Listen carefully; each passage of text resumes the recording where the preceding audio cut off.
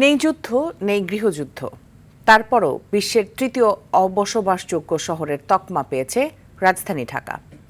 একসময় নদী, খাল আর সবুজে ঘেরা এই শহর আজ যেন এক প্রাণহীন কংক্রিটের জঙ্গল, যেখানে নেই আন্তর্জাতিক জীবনযাত্রার মানদণ্ডের ন্যূনতম ছোঁয়া। যানজট, জলাবদ্ধতা, দখল, দূষণ আর বিষাক্ত বাতাসের কবলে নগরবাসী।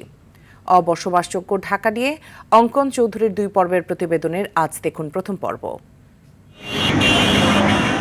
ধোঁয়া, যানজট, জলাবদ্ধতা আর অপরিকল্পিত নগরায়নের ভারে হাসফাস করছে একসময়ের নদী, খাল আর সবুজে ঘেরা ঢাকা। পরিণত হয়েছে বিশ্বের তৃতীয় অবাসযোগ্য শহরে।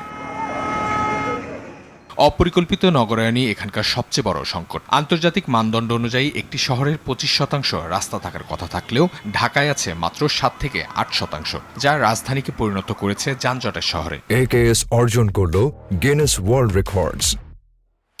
AKS দূষণ আর ধুলোবালিতে বিষাক্ত ঢাকার বাতাস। আগে যেমন আমরা বুক ভরে একটা নিঃশ্বাস নিতে পারতাম, এখন এই জিনিসটা নেওয়া যাচ্ছে না। রাস্তায় বেরোলে মাস্ক ছাড়া বেরোয় যায় না, হেঁটে যেতে পারবেন না, এত দুর্গন্ধ। গত 2 দশকে দখল ও অপরিকল্পিত নগরায়নে বিলীন হয়েছে রাজধানীর প্রায় 70% জলাশয়। শহরের বহু খালকে গলা টিপে হত্যা করা হয়েছে বহু আগে, আর যেগুলো টিকে আছে সেগুলো অস্তিত্ব সংকটে। খাল ভরাট করে একবার বাড়ি তৈরি করতে পারলে তাকে ঠেকায় কে? একদিকে বৃষ্টির পানি নামার প্রাকৃতিক পথ বন্ধ, অন্যদিকে দ্রুত পানি নেমে যাওয়ার পথ ড্রেনেও নানা প্রতিবন্ধকতা, যার খেসারত হিসেবে প্রতি বছরই একটু ভারী বৃষ্টিতে জলাবদ্ধতার ভোগান্তিতে পড়তে হয় নগরবাসীকে।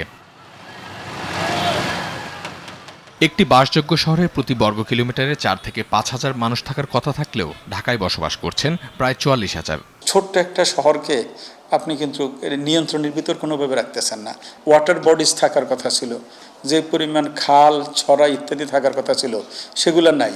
আবার ঢাকার চতুর্দিকে ঢাকা শহরের ময়লা আবর্জনা গিয়ে কোনো জায়গায় থামবে, সেই জায়গাগুলো আজকে নাই।